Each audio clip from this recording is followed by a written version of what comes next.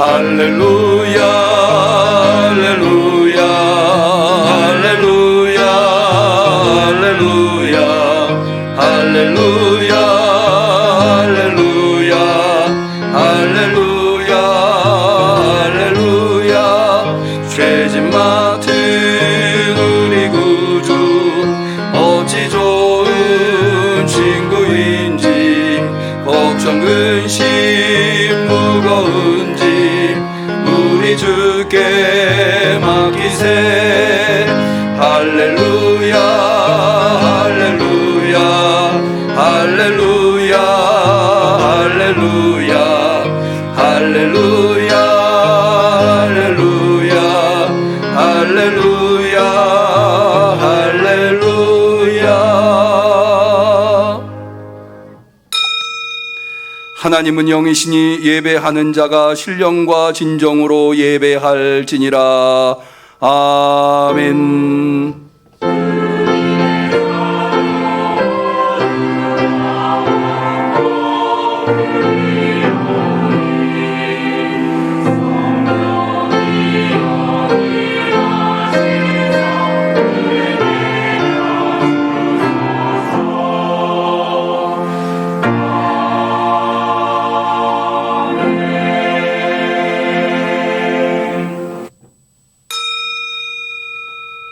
그러므로 예수 그리스도께서 세상에 임하실 때에 말씀하시기를 제사와 예물과 전체로 번제함과 속죄제는 원치도 아니하고 기뻐하지도 아니하신다 하셨고 그 후에 말씀하시기를 보시옵소서 내가 하나님의 뜻을 행하러 왔나이다 하셨으니 그 첫 것을 패하심은 둘째 것을 세우려 하심이니라.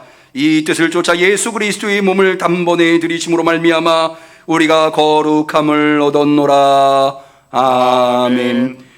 주님 앞에 도저히 설 수 없는 죄인들이었으나 주님의 아들 독생자 예수 그리스도를 대제사장으로 우리의 희생양으로 베풀어 주심으로 말미암아 오늘도 그 예수 그리스도의 은혜에 힘입어 주 앞에 나와 예배 올려드리나이다.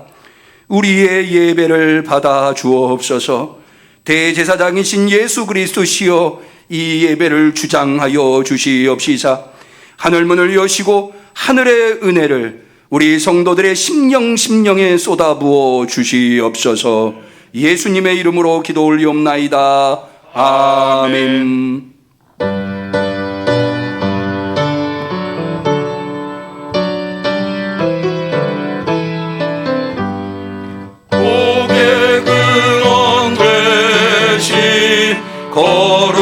거룩하신 주여 내 영혼을 밝히소서. 천사처럼 모두 영원토록 주를 찬양하게 하옵소서. 이 생명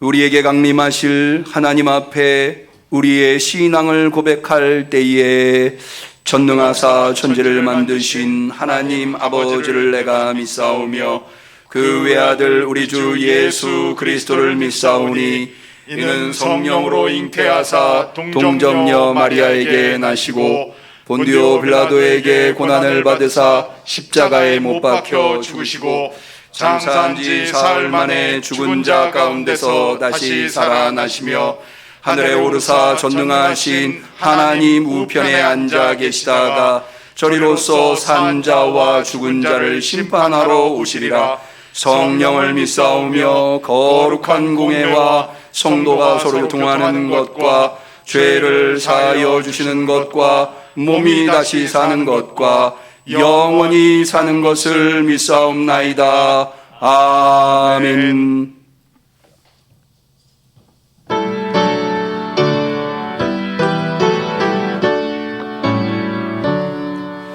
영원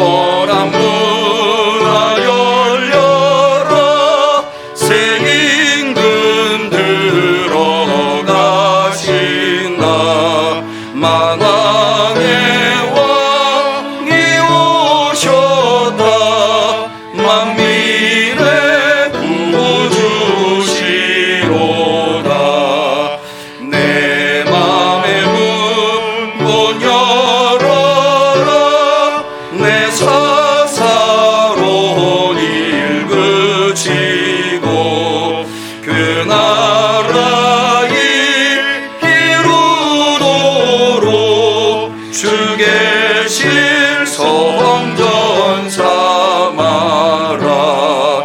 오 나의 주님 남 속에 곧 뜻사 함께 계시며 그 근사람의 부시사 늘 동행하여 주소서. 아멘.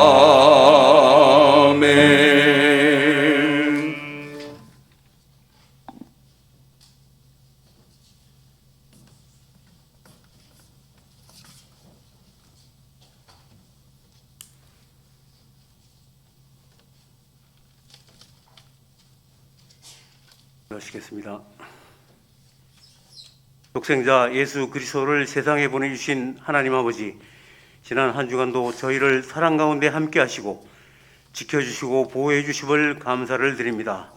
거룩한 주님 전에 나와 예배드리는 모든 심령의 마음과 뜻이 하나님께 돌려지기를 간절히 원하오며 기도드립니다. 저희들이 드리는 예배가 하나님께 온전히 드려지게 하여 주시옵소서. 지켜주시는 주님, 금년도 얼마 남지 않았습니다. 이 시간 예배를 드리며 지난 시간을 돌아봅니다. 성전 건축의 큰 사명을 가지고 아무런 경험과 지식이 없던 저희가 갈팡질팡할 때도 있었습니다. 과연 이 어려운 사명을 잘 이뤄낼 수 있을까 하는 우려의 마음을 가진 적도 많았습니다. 그러한 시련 가운데 목사님을 중심으로 온 성도가 기도로 성전 건축의 모든 과정을 잘 감당하여 입당 예배와 임직식을 드릴 수 있게 허락하심을 이 시간 다시금 감사를 온 마음을 다하여 아버지께 드립니다. 이제 우리 성도들은 어떠한 어려움이 있더라도 우리 모두 마음을 모아 기도하며 모든 것을 이뤄낼 수 있다는 자부심도 생겼습니다. 이제 다시 한번 온 마음을 다하여 모든 성도들이 주님 전에 나와 간곡히 기도드리며 헌당 예배를 빠른 시일 내에 드릴 수 있게 우리 모두가 마음과 뜻을 모아 기도로 승리하는 주님이 사랑하시는 우리 응암교회 성도들이 다 되게 하여 주시옵소서. 저희의 삶과 생업과 건강과 자녀들을 책임져 주시고 인도하여 주시옵소서. 끊어한 성전 건축을 위하여 또 성전 이전을 위하여 또 조합과의 협상 과정 등 이 모든 것들을 기쁨으로 감당해낸 모든 성도님들에게 하나님의 크신 하늘의 복을 내려 주시옵소서. 이제 금년도 10여일 남았습니다. 참으로 금년은 우리 모두가 잊을 수 없는 기쁨의 한 해였습니다. 기쁨과 희망을 늘 생각하며 남은 날도 최선을 다하여 주님의 자녀다운 삶을 살아가게 인도하여 주시옵소서. 사랑하시는 주님, 예배 후에 있을 사무총회를 인도하시며 기쁨과 희망과 도전의 사무총회가 되게 인도하여 주시옵소서. 이제 단위에 세우신 목사님 건강을 지켜주시고 주님의 말씀을 대언하실 때 듣는 우리 모두가 아멘으로 받아 희망찬 내일을 살아가는 원동력이 되게 하여 주시옵소서. 은혜의 찬양으로 예배를 돕는 시원 찬양대에게 함께 하시사 아름다운 찬양을 통하여 한 주간 힘들었던 모든 것이 기쁨으로 변화되는 찬양이 되게 인도하여 주시옵소서. 모든 것을 이뤄내시는 예수 그리스도의 이름으로 기도드렸습니다. 아멘.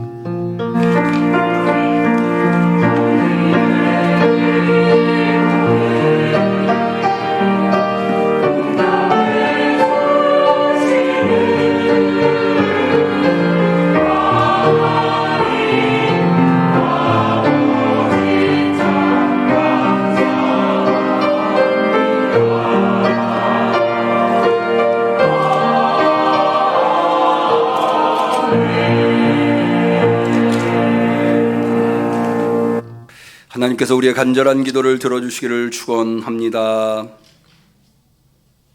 성시교독의 시간입니다. 교독문은 56번 강림절 두 번째 교독문이 되겠습니다.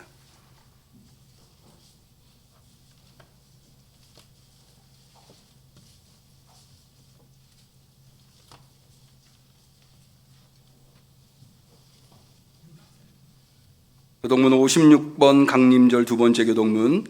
찬송하리로다 주 이스라엘의 하나님이여 그 백성을 돌보사 속량하시며 우리를 위하여 구원의 뿔을 그 종 다윗의 집에 일으키셨으니 이것은 주께서 예로부터 거룩한 선지자의 입으로 말씀하신 바와 같이 우리 원수에게서와 우리를 미워하는 모든 자의 손에서 구원하시는 구원이라. 우리 조상을 긍휼히 여기시며 그 거룩한 언약을 기억하셨으니 곧 우리 조상 아브라함에게 맹세하신 맹세라. 우리로 원수의 손에서 건지심을 입고 종일토록 주의 앞에서 성결과 의로 두려움이 없이 섬기게 하리라. 이로써 돋는 해가 위로부터 우리에게 임하여 어둠과 죽음의 그늘에 앉은 자에게 비추이고 우리 발을 평강의 길로 인도하시리로다. 같이 하겠습니다. 보라 처녀가 잉태하여 아들을 낳을 것이요 그 이름을 임마누엘이라 하리라. 이는 하나님의 말씀입니다. 죄송합니다. 아멘. 아멘. 이어서 하나님의 말씀 사도행전 6장 6절 7절 말씀을 보도록 하겠습니다.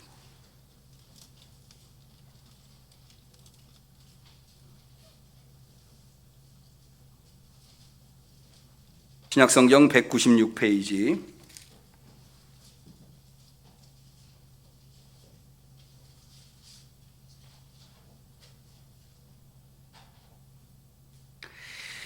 대강절 네 번째 주일, 특별히 사무총회 1년을 결산하고 새해를 계획하는 사무총회가 있는 주일에 하나님께서 사랑하는 우리 응암교회 성도님들에게 주신 소중한 하나님의 말씀 사도행전 6장 6절 7절 말씀을 우리 다 같이 소리를 내어서 봉독하겠습니다. 사도들 앞에 세우니 사도들이 기도하고 그들에게 안수하니라. 하나님의 말씀이 점점 왕성하여 예루살렘에 있는 제자의 수가 더 심히 많아지고 허다한 제사장의 무리도 이 도에 복종하니라. 이는 하나님의 말씀입니다. 아멘. 시온 찬양대의 특송이 있겠습니다.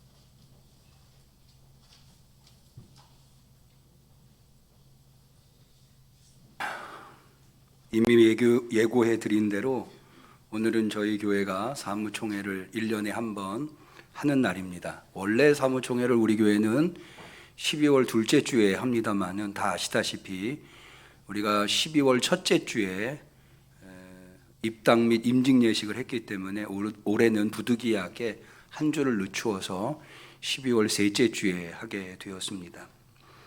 이 사무총회를 하는 이유는 크게 두 가지입니다. 한 해를 결산하는 것과 두 번째로는 새로운 한 해를 계획하는 것입니다. 한 해를 결산하는 것에서 중요한 순서는 아무래도 재정보고이겠지요.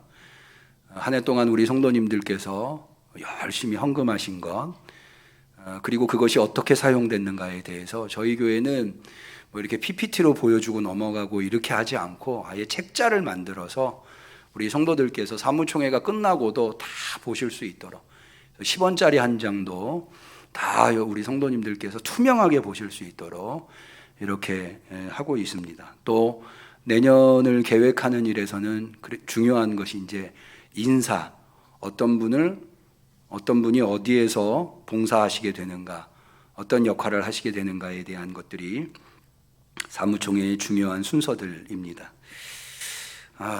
어떤 분들이 혹시 이런 생각을 하실지 모르겠어요. 왜 교회는 사무총회를 하지? 교회라고 하는 것이 예배드리고 또 전도하고 선행을 행하고 그런 것들을 교회가 하는 것은 이해를 하나, 이렇게 사실 사무총회를 하면 서로 뭐 의견이 다를 수도 있고 또 그것 때문에 갈등이 생길 수도 있고 그러지 않습니까? 사무총회 때문에 시끄러울 수도 있고. 그런데도 불구하고 왜 교회는 사무총회를 하는가? 그렇게 생각하시는 분이 있을 듯 합니다. 그러나 교회가 사무총회를 하는 것은 초대교회로부터 내려온 전통이라고 할 수가 있습니다. 바로 오늘 우리가 읽은 본문이 그것을 증명해주고 있는데요. 오늘 우리가 읽은 사도행전 6장은 초대교회, 처음 교회, 최초의 교회, 예루살렘 교회죠. 예루살렘 교회의 사무총회록이 기록되어 있다고 할 수가 있습니다. 여러분, 교회가 무엇을 하고 성도가 무엇을 할 때요, 그것을 왜 하는가, 그것을 어떻게 하는가, 그것을 통해서 어떤 목적을 이루려고 하는가, 이런 것들, 즉 본질에 대한 이해를 가지고 그것을 행하는 것. 예배를 드리는 것도 마찬가지예요. 예배가 무엇이며 예배는 어떻게 드려야 하며 예배를 통해서 어떤 목적을 이루려고 하는가, 뭐든지 마찬가지입니다. 그런 본질을 알고 하는 것과 본질을 모르고 그냥 해왔으니까 하는 것은 그 근본에서 차이가 생길 수밖에 없습니다. 그래서 저는 저와 우리 성도님들이 아주 작은 일을 하나 하더라도 그것의 본질이 무엇이고 어떻게 하는 것이고 그것의 목적이 무엇인가를 좀 알고, 그런 본질적인 것들을 알고 하시면 좋겠다. 그래서 이런 것들을 행할 때에 본질이 무엇인가를 아는 데에 우리가 다 생각이 다를 수 있잖아요. 우리의 절대적인 기준은 무엇입니까? 성경이잖아요. 성경을 통해서 우리가 이런 일들을 어떻게 하는 것인가, 왜 하는 것인가, 이런 것들을 배우는 것은 대단히 소중한 일이다 생각을 해서 오늘 사무총회가 있는 주일이기에 차제에 마침 다행스럽게도 사도행전 6장에, 사실은 사도행전 6장에만 초대교회의 사무총회가 있는 건 아니에요. 초대교회의 사무총회라고 할 수 있는 장면들이 또 있습니다. 그러나 오늘은 사도행전 6장을 통해서 이런 내용들을 살펴보려고 합니다. 이 사도행전 6장에 초대교회가 사무총회를 하는 이유는 문제가 생겼기 때문입니다. 초대교회가 굉장히 은혜로운 교회였습니다. 그런데 이 은혜로운 교회가 내부적 갈등이 최초로 생긴 것이 바로 사도행전 6장에 나옵니다. 그것은 뭔가 하면 헬라파 유대 그리스도인들 과부들이 차별을 당했다고 생각을 하는 거예요. 다시 말씀드립니다. 헬라파 유대 그리스도인 과부들이 차별을 당했다고 생각을 합니다. 이것을 이해하려면 여러 가지 상황들을 좀 이해하실 필요가 있는데, 먼저 헬라파 유대 그리스도인 과부는 누구인가? 이걸 좀 아실 필요가 있어요. 유대인들은 이제 유대 땅에 살고 있는 유대인들이 있을 수 있고요. 또 이른바 디아스포라라고 하는 유대인들, 이방 지역에서 살고 있는 유대인들이 있을 수 있습니다. 그런데 이 유대 땅에서 살고 있는 유대인들이나 이방 지역에서 살고 있는 유대인들이나 그들이 동일하게 가지고 있었던 소망이 뭐냐면, 노년은 예루살렘에서 보냈으면 좋겠다라고 하는 게 그들의 소망이었습니다. 그래서 이방 지역에서 평생을 살다가도 나이가 들어 이제 자녀들이 다 출가하고 나면 이 노 부부가 예루살렘에 와서 사는 경우들이 많이 있었어요. 그런데 오늘날도 그렇습니다만은 고대에도 남성보다는 여성이 평균 수명이 길어서 되게 남편이 먼저 세상을 떠나는 경우가 많이 있었죠. 그러면 혼자 남는 거예요. 이제 이런 분들을 헬라파 유대 과부라고 할 수 있는 거죠. 그런 분들이 예수님을 믿고 예루살렘 교회의 일원이 되는 겁니다.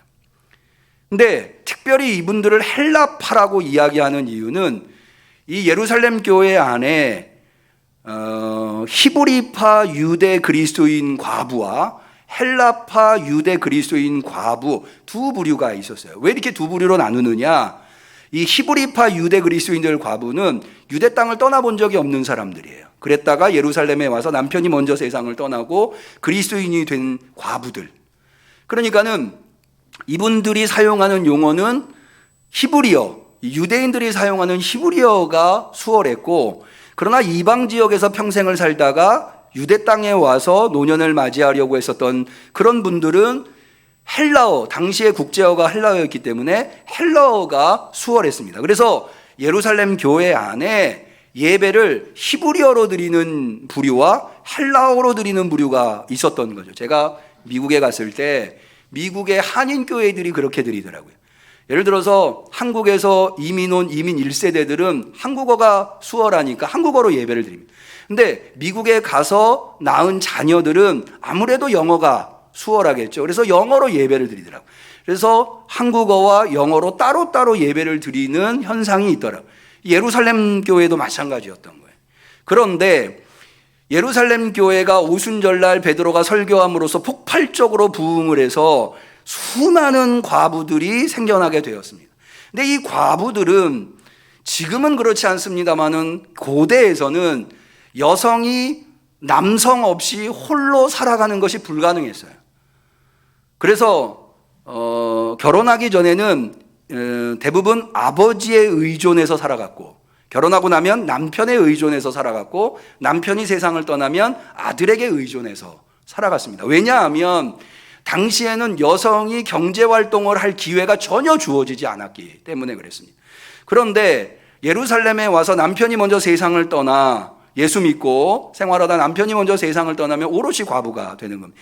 이래서 교회가 과부를 돌보는 일이 대단히 중요한 일이었던 겁니다. 이거는 예루살렘 교회만 그런 게 아니고요. 대부분의 초대교회들이 과부를 돌보는 일을 중요하게 여겼는데, 디모데전서 5장에는 과부의 명부, 참 과부라고 하는 단어가 나오면서 과부의 명부에 올릴 사람들에 대한 기준을 제시합니다. 일단 나이가 60이 넘어야 돼요. 그리고 재혼하면 안 되고 뭐 이런 것들이 있습니다. 그러니까 이런 것 명부에 올린 기준을 제시한다고 하는 것은 뭘 의미하느냐? 교회가 돌봐야 할 과부는 많은데 교회가 가지고 있는 재정은 적으니 마치 이런 것과 같은 거예요. 적은 물로 불을 끄는 것과 같다. 그래서 거기에다가 물을 붓고 나면 불이 꺼지는 듯 싶으면 다시 타오르고 이런 거예요. 게다가 예루살렘 교회 같은 경우는 그렇게 부유한 사람들이 많지 않았습니다. 경제적으로 어려웠던 거죠. 그러니까 재정은 적은데 돌봐야 할 과부가 많으니 거기에서 누락되는 과부들이 생겨났고, 그 누락된 과부들 중에 헬라어를 사용하는 유대 그리스도인들 과부가 많았다고 느끼는 거예요. 그러니까 차별을 당했다고 그도 그럴 것이 이 일을 누가 했는가 하면 초대교회에서는 초창기에는 이 일을 12사도가 했어요. 이 과부를 공개하는 일을. 그러니까 12사도가 다 누굽니까? 히브리파 유대 그리스도인들이잖아요. 이 12사도들은 다 유대 땅에 살고 있었던 사람들이니까. 그러니까 헬라파 유대 그리스도인 과부들이 이거 나눠주는 일을, 공개하는 일을 사도들 히브리파 유대 그리스도인들이 하니까 상대적으로 차별감을 느낀 거예요. 그럴 수 있죠. 이게 이제 교회 안에 문제가 된 겁니다. 그래서 초대교회가 총회를 엽니다. 우리 한번 6장 1절을 볼까요? 그때에 제자가 더 많아졌는데 초대교회가 폭발적인 부흥을 이룬 거예요. 헬라파 유대인들이 자기의 과부들이 그 매일 구제에 빠짐으로 히브리파 사람을 원망한대. 방금 제가 설명드린 그런 내용이에요. 2절, 그 문제를 해결하기 위해서 예루살렘 초대교회가 어떻게 이 문제를 해결하는가? 12사도가 모든 제자를 불러 이르되, 그러니까는 교회의 총회를 연 거죠. 모든 제자를 부른 거예요. 우리가 사무총회 때 우리 응암교회 정회원을 다 부르듯이 부른 거예요. 그리고는 어떻게 했느냐? 두 번째, 문제를 투명하게 공개합니다.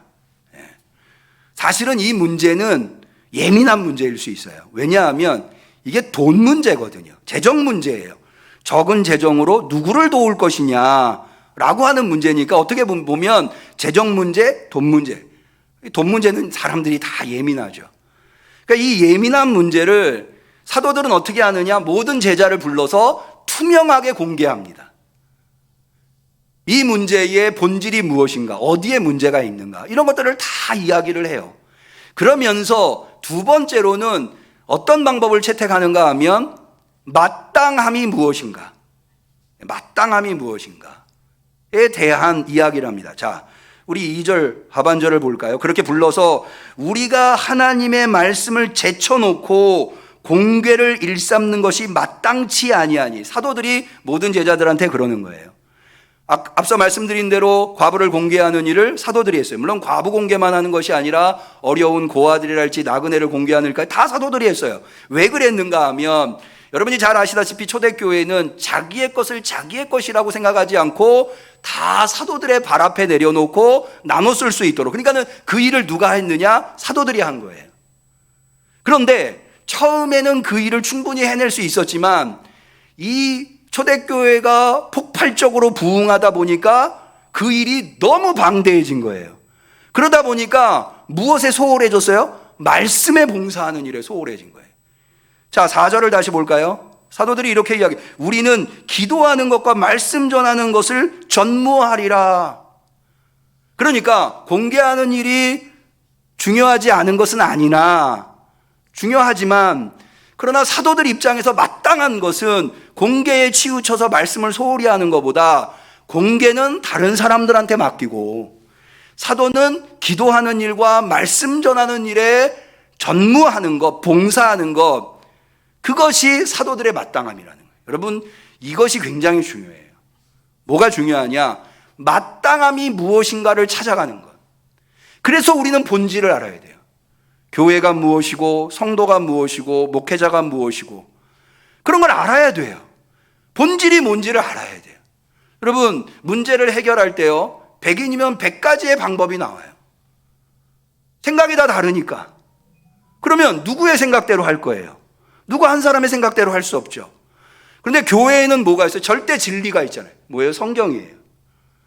성경이 우리한테 뭐라고 가르쳐주고 있는가? 그게 우리의 마땅함이에요. 그래서 우리는 말씀을 배워야 되는 거예요. 말씀을 알아야 되는 거예요.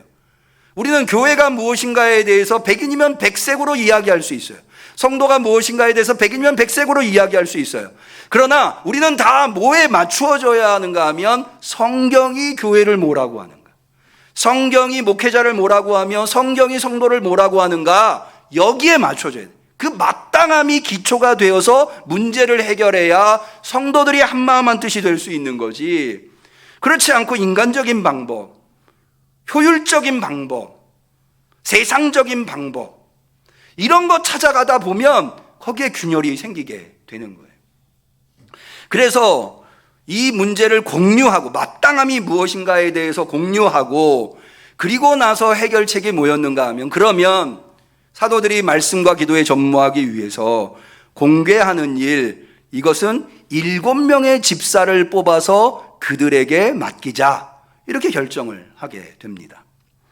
그래서 5절에 보면 온 무리가 이 말을 기뻐하며, 그러니까 이렇게 기뻐할 수, 온 무리가 한마음한 뜻이 되어서 기뻐할 수 있는 것은 마땅함이 있었기 때문에 그래요.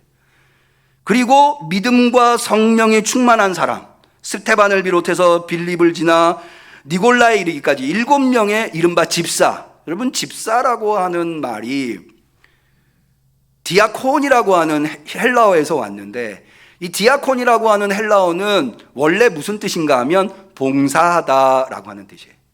원래 집사님들은요, 봉사하시는 분들이에요. 봉사하시는 분들. 구제하는 일을 하거나 교회에서 누군가를 어려운 일을 섬기는 일을 한다거나 그런 봉사하는 일. 그래서 7명의 집사를 뽑아서 그들을 사도 앞에 세우고 기도하고 안수해서 7명의 집사를 세웁니다. 그러니까 오늘의 기준으로 보자면 7명의 집사는 안수 집사인 셈인 거죠. 안수 집사 7명을 세웁니다. 그런데요, 여기서 아주 중요한 부분이, 생각해 볼 부분이 있어요. 여기 7명의 명단이 스테반에서부터 니콜라까지 7명의 명단이 나오는데 7명 다 헬라파 유대 그리스도인들이에요. 만약 여러분들이 이 문제 앞에서 문제 해결을 위해서 그래, 사도들이 말씀과 기도에 전무하기 위해서 공개하는 일, 과부들을 공개하는 일은 따로 사람을 세워서 그들에게 맡기자 하면은 히브리파 유대 그리스도인과 헬라파 유대 그리스도인들 몇 명씩을 세우겠어요? 저라면은 3명, 3명씩 세우겠어요. 그래야지 차별이 없을 것 아닙니까? 그런데 초대교회는 그렇게 하지 않아요. 초대교회는 7명 다 헬라파 유대 그리스도인들을 세워요. 이유가 뭘까요? 이유가, 저는요, 최근에 공평하지 않아도 정의로울 수 있다고 하는 것을 배운 적이 있어요. 공평해야 정의롭다고 우리는 생각하잖아요. 근데 공평하지 않았는데도 정의로울 수 있는 것이 있구나. 그게 뭐냐면 건강보험료예요. 여러분, 건강보험료를 보면 재산이 많은 부자들이 보험료를 많이 내시죠. 재산이 없는 가난하신 분들이 보험료 적게 내요. 누가 더 병원에 자주 갑니까? 사실은 부자분들은 좋은 거 드시고 늘 건강관리 하시니까 병원 갈 일 별로 없어요. 가난하신 분들은 좋은 음식을 드실 기회가 별로 없으니까 몸이 아프실 경우가 많죠. 병원에 자주 갑니다. 자, 그러면 부자들은 보험료도 많이 내면서 병원도 안 가는데 보험료는 많이 내요. 가난하신 분들은 보험료는 적게 내는데 병원은 많이 해요. 공평합니까? 어떻게 보면 공평하지 않다고 볼 수 있죠. 근데 정의롭습니까? 정의로워요. 그렇더라고요. 때로는 우리가 수를 맞추는 것을 넘어서서 생각할 필요가 있어요. 저는 초대교회의 위대함이 여기 있다고 봐요. 초대교회가 위대한 것은 기적이 일상처럼 발생했기 때문이 아니라, 거기에 위대한 사도들이 있었기 때문이 아니라, 자 보세요. 헬라파 유대인들이 자신들이 차별을 당했다고 생각했어요. 마음에 상처를 입은 거예요. 그들의 상처를 감싸주기 위해서 7명 모두 헬라파 유대 그리스도인들 집사로 세우는 거예요. 물론 이렇게 하면서 히브리파 유대 그리스도인들이 차별을 받았다고 이야기할 수 있어요. 그런데 사실은 이분들이 초대교회 안에서 다수를 이뤄요. 그러니까 양보한 거예요. 왜 양보해요? 마땅히 내가 얻을 수 있는 권한을 왜 양보합니까? 그들의 상처를 어루만져 주기 위해서. 저는 이게 바로 초대교회의 위대함이라고 봐요. 여러분, 이러기 쉬운 줄 아세요? 이거 대단히 어려워요. 자기의 마땅히 누릴 수 있는 권한을 포기해서 그 사람의 상처를 어루만져 주는 것, 이거 쉬운 일 아니에요. 저는 초대교회가 위대한 교회가 될 수 있고 온 세계의 뿌리가 되는 교회가 될 수 있었던 것은 바로 이런 결정을 할 수 있는 교회였기 때문이다 라고 저는 생각을 해요. 이런 결정을 하고 났더니 어떤 현상이 이루어지느냐. 자, 우리가 오늘 읽었죠? 7절을 한번 볼까요? 하나님의 말씀이 점점 왕성하여. 말씀이 왕성해져요. 어느 정도로 왕성해졌냐? 예루살렘에 있는 제자의 수가 더 심히 많아지고 우리 응암교회가 그렇게 되기를 축원합니다. 그런데 복음이 왕성하여 제자들이 많아지는데 심지어 누구까지도 거기 제자로 있었느냐? 제사장의 무리도 이 도에 복종했다. 여기 제사장 누굽니까? 그리스도인들 아니에요. 유대교인들. 더군다나 예루살렘의 제사장들이에요. 이 사람들은 유대교에 대한 프라이드가 대단한 사람들이에요. 유대교의 우두머리라고 볼 수가 있어요. 그런데 그 사람들이 사무총회를, 초대교회가 발생한 문제를 이렇게 해결하고 났더니 그들조차도 복음에 순종했다는 거예요. 저는요, 왜 오늘날 세상이 복음을 거부할까? 여러 가지로 진단해 볼 수 있어요. 그러나 저는 그 근본에는 교회의 문제가 있다. 성도의 문제가 있다. 교회조차도, 성도들조차도 복음에 순종하지 않는 거예요. 복음이 진리라고 말하면서, 복음이 하나님의 말씀이라고 말하면서, 복음만이 생명을 구원할 수 있다고 말하면서도 그 복음 앞에 순종하지 않는 거예요. 자기 사리사욕 챙기고, 자기 이익 챙기고, 자기 욕심 부리고, 복음은 뒷전인 거죠. 아니, 복음을 진리라고 믿고 있는 사람들조차도 복음에 순종하지 않는데 세상이 그들이 복음을 받아들이겠습니까? 먼저 우리가 복음에 순종해야 돼. 먼저 복음에 복종해야 돼. 복음에 무릎 꿇어야 돼요. 그러할 때 세상이 교회를 인정해 주는 거예요. 그러할 때에 우리가 복음을 전할 때에 복음의 진실성이 있는 거예요. 우리 응암교회 그렇게 되기를 축원합니다. 저는 사도행전에 이 말씀이 있다고, 이게 사도행전의 최초의 사무총회, 어떻게 보면 교회 역사 속에 최초의 사무총회록이다, 이렇게 얘기할 수 있어요. 왜 사도행전의 저자는 복음이 전파되는 것에 대한 이야기만 다루지 않고 사무총회록을 여기에다 기록했을까요?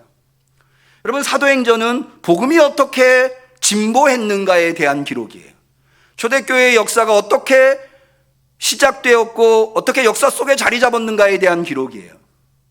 그런데요, 그렇게 복음이 진보하고 복음이 부흥하고 복음이 세상을 바꾸어 놓는 일에 예배드리고 말씀 나누고 기도하고 찬양하고 전도하는 것도 중요하지만 뭐도 중요하다? 사무총회도 중요하다.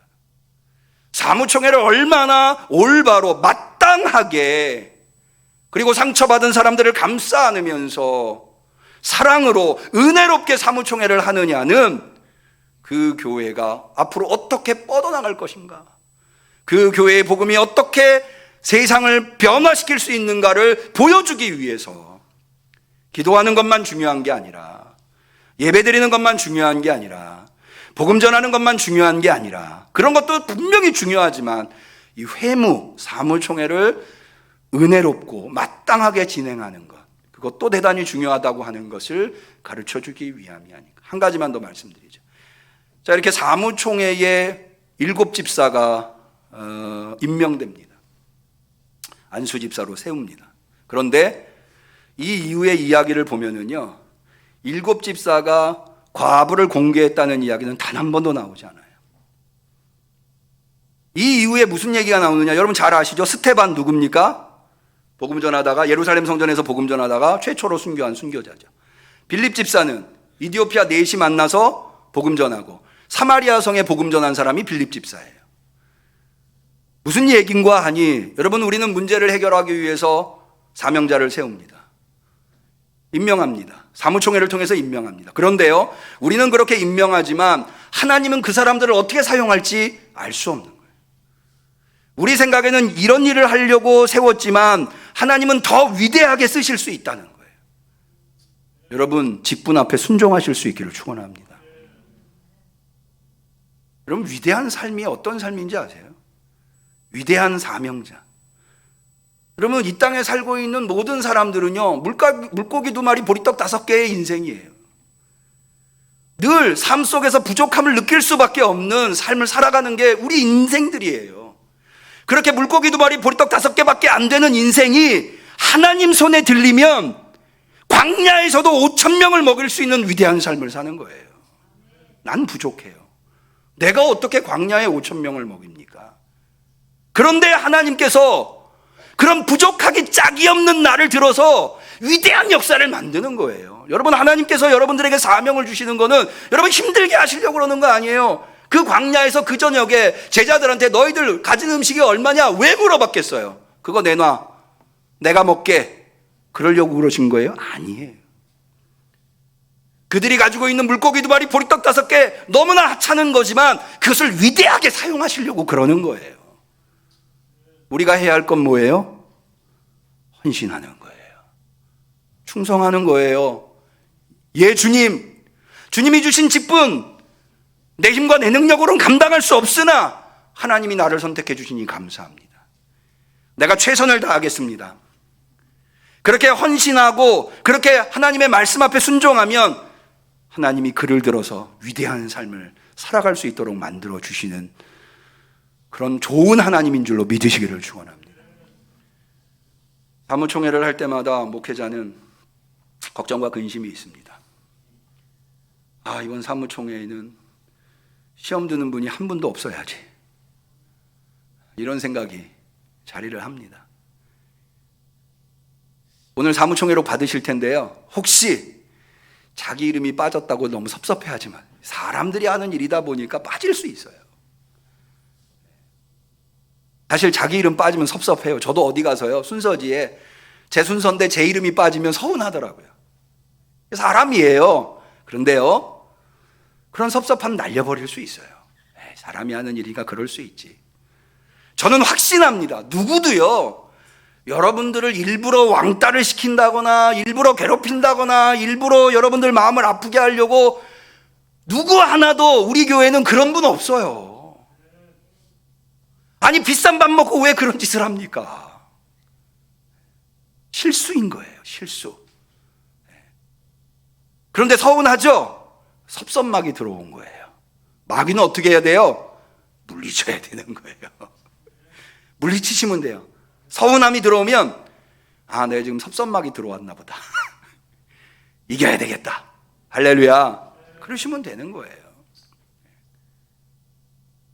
사무총회 은혜롭게, 사무총회에 우리가 서로 헌신하고, 지난 한 해 동안 얼마나들 수고하셨어요. 지난 한 해는 정말 우리 앞서 이현목 장로님 대표기도 하셨지만 정말 힘든 한 해였지만 기쁨이 넘치는 한 해였어요. 목사님들마다 저한테 그래요. 아니, 이 어려운 시국에 어떻게 이렇게 성전을 잘 졌냐고. 제 동기 목사님이 삼성 지역에서 목회를 하시는데 그분도 한 6, 7년 전에 교회를, 친구가 저한테 그래요. 남 목사 대단하네. 우리 교회는 난림으로 졌는데 건축위원장님 설명하는 거 보니까 교회 지대로 지셨네. 그러시더라고요. 제가 대단한 게 아니에요. 우리 성도들이 대단한 거예요. 하나님이 대단하신 거죠. 할렐루야. 너무나 수고 많으셨어요. 감사하는 사무총회가 될 수 있었으면 좋겠어요. 더 나아가서 비전을 하나. 내년이 얼마나 소중합니까? 이제 사무총회로 받아보시면 알겠지만 내년도의 표어가, 올해 표어는 온전하라잖아요. 내년도 표어는 충만하라예요. 그래서 올해 새해는 올해 2021년도 이 한 해의 제목은, 이름은 새성전 건축의 해거든요. 근데 내년도는 새성전 충만의 해예요. 할렐루야. 그런 한 해. 내년에는 코로나도 끝날 줄로 믿습니다. 내년은 우리한테 너무나 소중해요. 그래서 감사를 나누고 비전과 소망을 공유하는 은혜로운 사무총회가 되시기를 주님의 이름으로 간절히 축원합니다. 기도하겠습니다. 하나님 아버지, 오늘 우리에게 말씀으로 깨달음을 허락하여 주시니 감사합니다. 무엇보다도 우리에게 마땅함이 무엇인가를 깨달아 알게 하옵소서. 그리고 우리가 모두 다 함께 한마음 한뜻이 되어서 이번 사무총회를 통하여서 우리 응암교회의 100년의 부흥을 이어갈 수 있는 위대한 교회로 출발할 수 있게 하여 주시옵소서. 예수님의 이름으로 기도 올리옵나이다. 아멘. 우리는 감사하는 마음으로 이 예물을 드립니다.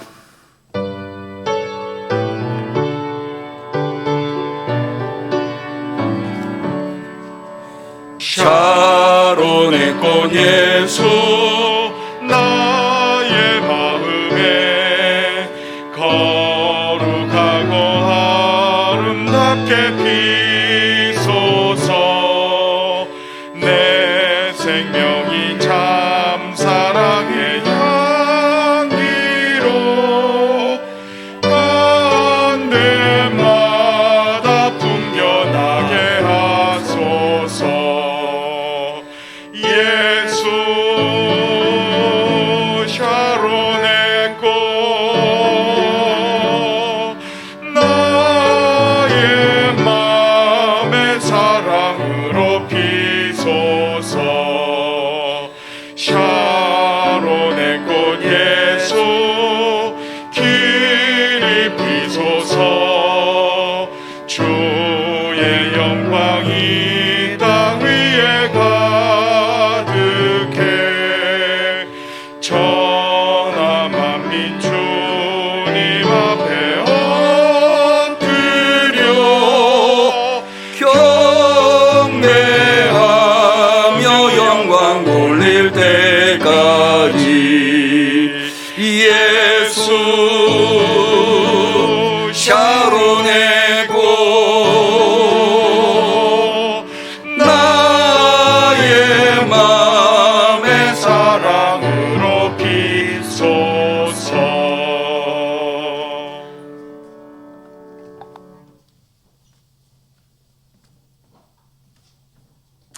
주님 앞에 귀한 예물 드린 손길이 있습니다. 11조 예물, 선교원금, 목정원, 건축원금, 주정원금, 성전건축 입당 감사원금, 임규성 장로님, 이경숙 권사님, 무명의 감사원금, 해리와 예서의 삶을 주관하시고 책임져 주옵소서. 김상종, 김미영 집사님, 입당을 축하합니다. 왕대박 갈비의 김근민 선생님께서 입당 헌금을 해주셨습니다. 범사에 감사합니다. 이완순 집사님, 전정미 집사님, 이정훈 집사님, 김태현, 김사랑 어린이 드린 예물을 위하여 기도합니다. 하나님, 우리 소중한 예물을 하나님 앞에 올립니다. 강복하여 주시옵소서. 예수님의 이름으로 기도 올리옵나이다. 아멘. 아멘.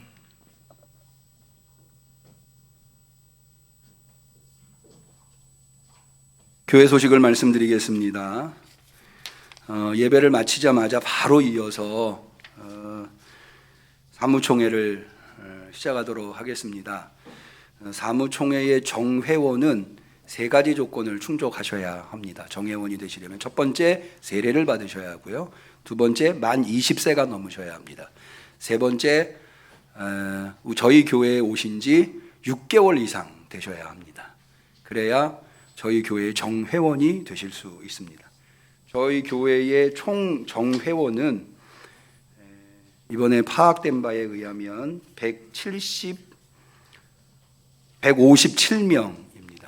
개회가 되려면 여기에 과반수 79명 이상이 출석을 하셔야, 위임장을 포함해서 79명 이상이 출석을 하셔야 사무총회가 개회될 수 있습니다. 이미 위임장도 받으시고 또 문자나 카톡으로, 이번에 코로나 때문에 원래는 문자나 카톡으로 위임장만 유효하고 문자나 카톡으로 위임하는 것은 허용되지 않았지만, 코로나로 인해서 교단에서 이번에 한해서 문자와 카톡으로 위임받는 것도 유효하다는 해석을 해주셔서 카톡으로 위임받으신 줄로 압니다. 그래서 원활하게 제61회 사무총회가 진행될 수 있도록 협조해 주시면 감사하겠습니다. 돌아오는 토요일이 성탄절입니다. 성탄절에 전 성도가 함께 모여서 예배를 드리면 참 좋겠으나, 아시다시피 지금 코로나가 다시 극성을 부리고 있기 때문에 이번에도 부득이하게 성탄절 예배를 1, 2부로 나눠서 드리게 되었습니다. 아동부, 청소년부 예배도 따로 드립니다. 주보에 있는 청년의 예배가 토요일날 저녁 7시에 있다고 나와 있으나 오전에 예배드리고 저녁에 또 예배드리기가 어려워 청년들만 작년 예배와 같이 예배를 드리도록 11시 예배에 같이 예배를 드리도록 하겠습니다. 사무총회를 비롯해서 모든 행사는 다 실시간 유튜브 방송으로 나가니까 유튜브 방송을 대면으로 못 오시는 분들은 유튜브 방송을 참고해 주시면 되겠습니다. 제가 이제 교회를 건축하고 이사하고 입당 및 임직 예식을 갖고 사무총회까지 오는데 저는 참 기쁨으로 감사함으로 이 일을 감당했다고 생각했는데 또 몸은 그러지 못했나 봐요. 몸이 많이 좀 힘들고 또 좀 아픈, 한 10여 년 내에 이렇게까지 아픈 적이 없었는데 많이 아파서 우리 당회에서 일주일 동안 제가 휴가를 가지기로 결정을 했습니다. 그래서 내일부터 금요일까지 제가 휴가를 가지고자 합니다. 그렇지만 새벽 기도회는 김민찬 전도사님께서 진행해 주시고요. 그리고 수요 예배, 금요 구역 예배는 이승윤 목사님께서 진행해 주실 겁니다. 대면 비대면으로 모두 진행되니까 우리 성도님들께서는 착오 없으시기를 바라고요. 제가 잘 몸을 다스려서 건강한 모습으로 성탄절에 여러분을 뵐 수 있도록 차제의 기도 부탁드립니다. 생일이신 분이 계시네요. 황철준 성도님, 정영숙 권사님, 이상순 권사님 생신을 진심으로 축하드리고요. 우리 성도님들께서 축복해 주시기를 바랍니다. 우리 서로를 축복하는 사랑하는 자여 찬양하겠습니다. 사랑하는 자여, 사랑하는 자여, 너의 영혼이 잘됨같이 언제나. 우리 대면으로 예배 드리시는 분뿐만 아니라 비대면으로 예배 드리시는 우리 성도님들에게도 하나님의 놀라운 은혜가 강복하기를 축원합니다. 우리 하나님께 영광의 박수 올리겠습니다. 옆분과 서로 인사하시겠습니다. 그리스도의 평화를 빕니다. 그리스도의 평화를 빕니다. 감사합니다. 송영하시겠습니다.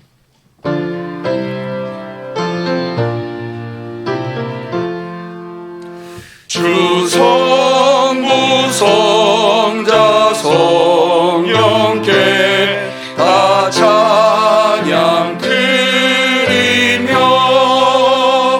어제와 오늘 영원히 널 영광 돌리세.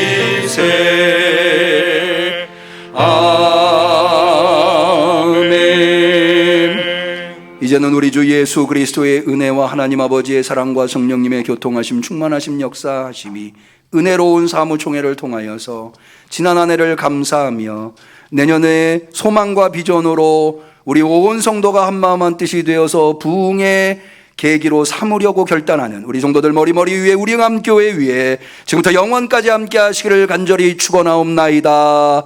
아멘.